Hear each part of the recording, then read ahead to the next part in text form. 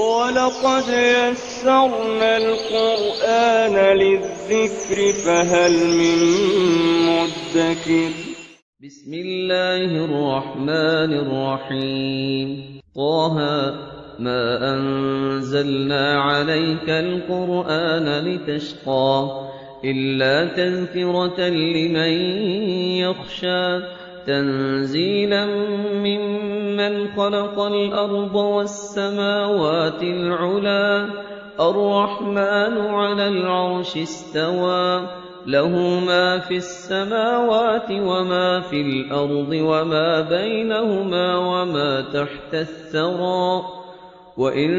تجهر بالقول فإنه يعلم السر وأخفى الله لا إله إلا هو له الأسماء الحسنى. وهل أتاك حديث موسى إذ رأى نارا فقال لأهلهم كثوا إني آنست نارا لعلي آتيكم منها بقبس أو أجد على النار هدى.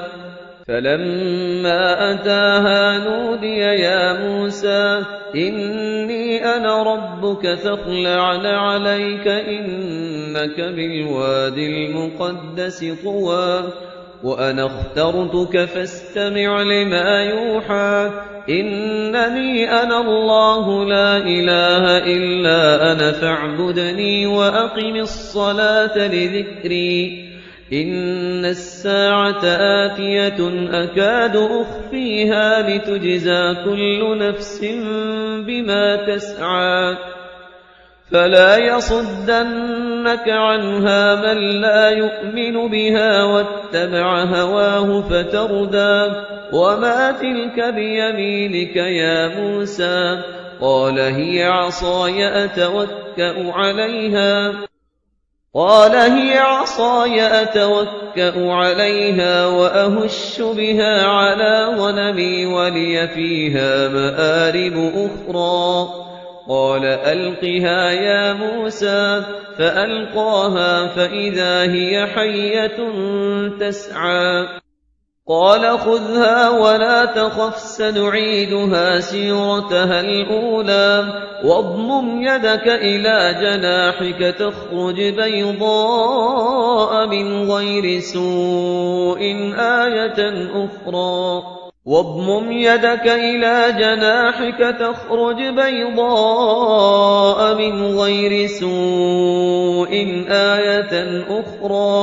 لنريك من آياتنا الكبرى. اذهب إلى فرعون إنه طغى قال رب اشرح لي صدري ويسر لي أمري واحلل عقدة من لساني يفقه قولي واجعل لي وزيرا من أهلي هارون أخي أشدد به أزري وأشركه في أمري كي نسبحك كثيرا ونذكرك كثيرا إنك كنت بنا بصيرا. قال قد أوتيت سؤلك يا موسى ولقد مننا عليك مرة أخرى إذ أوحينا إلى أمك ما يوحى أن اقذفيه في التابوت فاقذفيه في اليم فليلقه اليم بالساحل يأخذه عدو لي وعدو له وألقيت عليك محبة مني ولتصنع على عيني إذ تمشي أختك فتقول هل أدلكم على من يكفله فرجعناك إلى أمك كي تقر عينها ولا تحزن وقتلت نفسا فنجيناك من الغم وفتناك فتونا فرجعناك إلى أمك أمك كي تقر عينها ولا تحزن وقتلت نفسا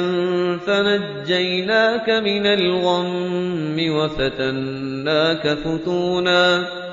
فلبثت سنين في أهل مدين ثم جئت على قدري يا موسى واصطنعتك لنفسي اذهب أنت وأخوك بآياتي ولا تنيا في ذكري اذهبا إلى فرعون إنه طغى فقولا له قولا لينا لعله يتذكر أو يخشى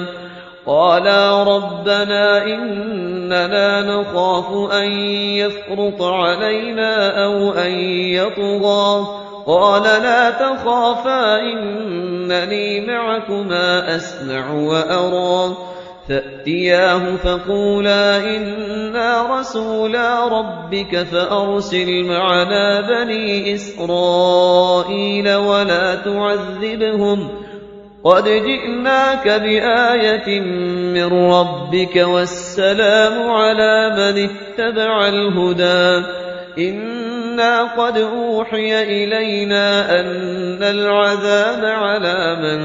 كذب وتولى قال فمن ربكما يا موسى قال ربنا الذي أعطى كل شيء خلقه ثم هدى قال فما بال القرون الأولى قال علمها عند ربي في كتاب لا يضل ربي ولا ينسى الذي جعل لكم الأرض مهدا وسلك لكم فيها سبلا وأنزل من السماء ماء فأخرجنا به أزواجا من نبات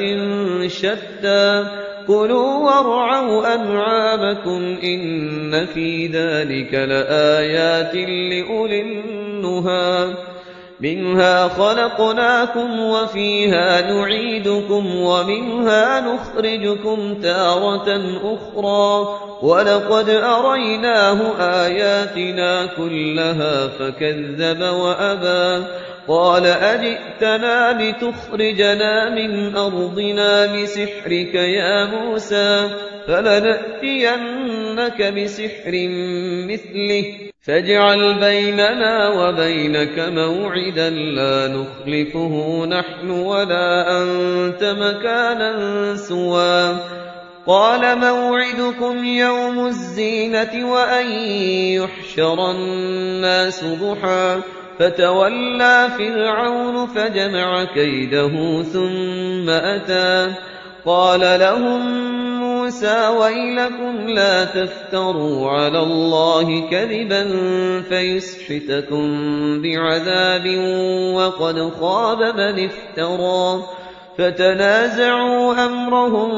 بينهم وأسروا النجوى قالوا إن هذان لساحران يريدان أن يخرجاكم من أرضكم بسحرهما ويذهبا بطريقتكم المثلى فأجمعوا كيدكم ثم أتوا صفا وقد أفلح اليوم من استعلى قالوا يا موسى إما أن تلقي وإما أن نكون أول من ألقى قال بل ألقوا فإذا حبالهم وعصيهم يخيل إليه من سحرهم أنها تسعى فأوجس في نفسه خيفة موسى قلنا لا تخف إنك أنت الأعلى وألق ما في يمينك تلقف ما صنعوا قلنا لا تخف إنك أنت الأعلى وألق ما في يمينك تلقف ما صنعوا إنما صنعوا كيد ساحر ولا يفلح الساحر حيث أتى فألقي السحرة سجدا قالوا آمنا برب هارون وموسى قال آمنتم له قبل أن آذن لكم إنه لكبيركم الذي علمكم السحر فلأقطعن أيديكم وأرجلكم من خلاف ولأصلبنكم في جذوع النخل ولتعلمن أينا أشد عذابا وأبقى قالوا لن نؤثرك على ما جاءنا من البينات والذي فطرنا فاقض ما أنت قاض إنما تقضي هذه الحياة الدنيا إنا آمنا بربنا ليغفر لنا خطايانا وما أكرهتنا عليه من السحر والله خير وأبقى إنه من يأت ربه مجرما فإن له جهنم لا يموت فيها ولا يحيا ومن يأته مؤمنا قد عمل الصالحات فأولئك لهم الدرجات العلى جنات عدن تجري من تحتها الأنهار خالدين فيها وذلك جزاء من تزكى ولقد أوحينا إلى موسى أن أسر بعبادي فاضرب لهم طريقا في البحر يبسا لا تخاف دركا ولا تخشى فأتبعهم فرعون بجنوده فغشيهم من اليم ما غشيهم وأضل فرعون قومه وما هدى يا بني إسرائيل قد أنجيناكم من عدوكم وواعدناكم جانب الطور الأيمن ونزلنا عليكم المن والسلوى كلوا من طيبات ما رزقناكم ولا تطغوا فيه فيحل عليكم غضبي ومن يحلل عليه غضبي فقد هوى وإني لغفار لمن تاب وآمن وعمل صالحا ثم اهتدى وما أعجلك عن قومك يا موسى قال هم أولئك على أثري وعجلت إليك رب لترضى قال فإنا قد فتنا قومك من بعدك وأضلهم السامري فرجع موسى إلى قومه غضبان أسفا قال يا قوم ألم يعدكم ربكم وعدا حسنا أفطال عليكم العهد أم أردتم أن يحل عليكم غضب من ربكم فأخلفتم موعدي قالوا ما أخلفنا موعدك بملكنا ولكننا حملنا أوزارا من زينة القوم فقذفناها فكذلك ألقى السامري فأخرج لهم عجلا جسدا له خوار فقالوا هذا إلهكم وإله موسى فنسي أفلا يرون ألا يرجع إليهم قولا ولا يملك لهم ضرا ولا نفعا ولقد قال لهم هارون من قبل يا قوم إنما فتنتم به وإن ربكم الرحمن فاتبعوني وأطيعوا أمري قالوا لن نبرح عليه عاكفين حتى يرجع إلينا موسى قال يا هارون ما منعك إذ رأيتهم ضلوا ألا تتبعني أفعصيت أمري قال يا ابن لا تأخذ بلحيتي ولا برأسي إني إني خشيت أن تقول فرقت بين بني إسرائيل ولم ترقب قولي. قال فما خطبك يا سامري؟ قال بصرت بما لم يبصروا به فقبضت قبضة من أثر الرسول فنبذتها وكذلك سولت لي نفسي. قال فاذهب فإن لك في الحياة أن تقول لا مساس وإن لك موعدا لن تخلفه وانظر إلى إلهك الذي ظلت عليه عاكفا لنحرقنه ثم لننسفنه في اليم نسفا. إنما إلهكم الله الذي لا إله إلا هو وسع كل شيء علما. كذلك نقص عليك من أنباء ما قد سبق وقد آتيناك من لدنا ذكرا. من أعرض عنه فإنه يحمل يوم القيامة وزرا خالدين فيه وساء لهم يوم القيامة حملا. يوم ينفخ في الصور ونحشر المجرمين يومئذ زرقا يتخافتون بينهم إن لبثتم إلا عشرا. نحن أعلم بما يقولون إذ يقول أمثلهم طريقة إن لبثتم إلا يوما. ويسألونك عن الجبال فقل ينسفها ربي نسفا فيذرها قاعا صفصفا لا ترى فيها عوجا ولا أمتا. يومئذ يتبعون الداعي لا عوج له وخشعت الأصوات للرحمن فلا تسمع إلا همسا.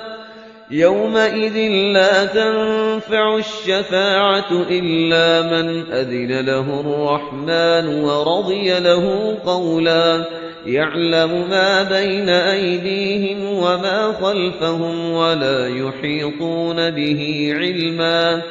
وعنت الوجوه للحي القيوم وقد خاب من حمل ظلما. ومن يعمل من الصالحات وهو مؤمن فلا يخاف ظلما ولا هضما. وكذلك أنزلناه قرآنا عربيا وصرفنا فيه من الوعيد لعلهم يتقون أو يحدث لهم ذكرا. فتعالى الله الملك الحق ولا تعجل بالقرآن من قبل أن يقضى إليك وحيه وقل رب زدني علما. ولقد عهدنا إلى آدم من قبل فنسي ولم نجد له عزما. وإذ قلنا للملائكة اسجدوا لآدم فسجدوا إلا إبليس أبى. فقلنا يا آدم إن هذا عدو لك ولزوجك فلا يخرجنكما من الجنة فتشقى. إن لك ألا تجوع فيها ولا تعرى وأنك لا تظمأ فيها ولا تضحى. فوسوس إليه الشيطان قال يا آدم هل أدلك على شجرة الخلد وملك لا يبلى. فأكلا منها فبدت لهما سوآتهما وطفقا يخصفان عليهما من ورق الجنة وعصى آدم ربه فغوى. ثم اجتباه ربه فتاب عليه وهدى. قال اهبطا منها جميعا بعضكم لبعض عدو فإما يأتينكم مني مني هدى فمن اتبع هداي فلا يضل ولا يشقى ومن أعرض عن ذكري فإن له معيشة ضنكا ونحشره يوم القيامة أعمى قال رب لم حشرتني أعمى وقد كنت بصيرا قال كذلك أتتك آياتنا فنسيتها وكذلك اليوم تنسى وكذلك نجزي من أسرف ولم يؤمن بآيات ربه ولعذاب الآخرة أشد وأبقى أفلم يهد لهم كم أهلكنا قبلهم من القرون يمشون في مساكنهم إن في ذلك لآيات لأولي النهى ولولا كلمة سبقت من ربك لكان لزاما وأجل مسمى فاصبر على ما يقولون وسبح بحمد ربك قبل طلوع الشمس وقبل غروبها ومن آناء الليل فسبح وأطراف النهار لعلك ترضى ولا تمدن عينيك إلى ما متعنا به أزواجا منهم زهرة الحياة الدنيا لنفتنهم فيه ورزق ربك خير وأبقى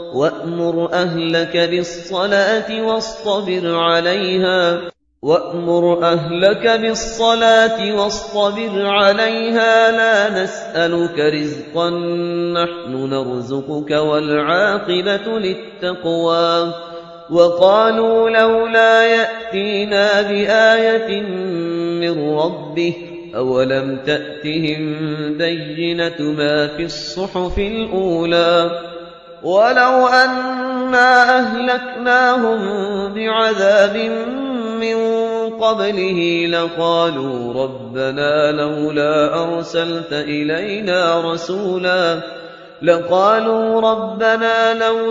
أرسلت إلينا رسولا فنتبع آياتك من قبل أن نذل ونخزى قل كل متربص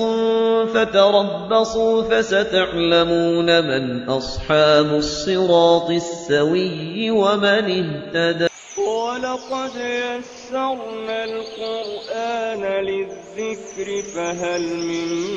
مدكر